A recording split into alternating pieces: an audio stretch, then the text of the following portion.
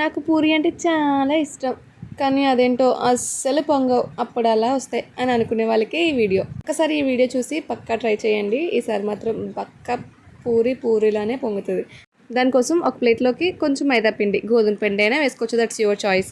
వేసుకొని కొంచెం సాల్ట్, కొంచెం ఆయిల్ యాడ్ చేసుకొని ఫస్ట్ ఆయిల్తో మిక్స్ చేసేసుకున్న తర్వాత కొంచెం వాటర్ యాడ్ చేసుకుంటూ మిక్స్ చేసుకోవాలి. పిండి మన చేతికి మాత్రం అస్సలు అంటుకోకూడదు, అలా అయితే పర్ఫెక్ట్. ఇప్పుడు ఆ ముద్దని ఒక హాఫ్ అన్ అవర్ సైడ్ పెట్టేసుకొని పూరి చేసే ముందు మళ్ళీ ఇంకొకసారి బాగా మిక్స్ చేసేసుకోవాలి. నెక్స్ట్ పూరీలు ఎప్పుడు చిన్న సైజులోనే ఉండేటట్టు చూసుకోవాలి, థిక్నెస్ కొంచెం ఎక్కువగా ఉండేటట్టు చూసుకోవాలి, అలా అయితే బాగా పొంగుతాయి.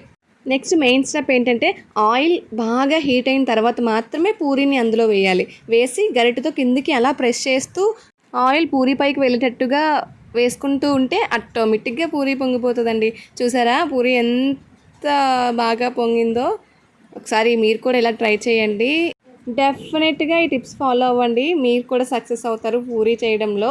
పూరీ కాంబినేషన్ కర్రీ కూడా చేశాను, అది నెక్స్ట్ షార్ట్లో అప్లోడ్ చేస్తాను. Please subscribe our channel.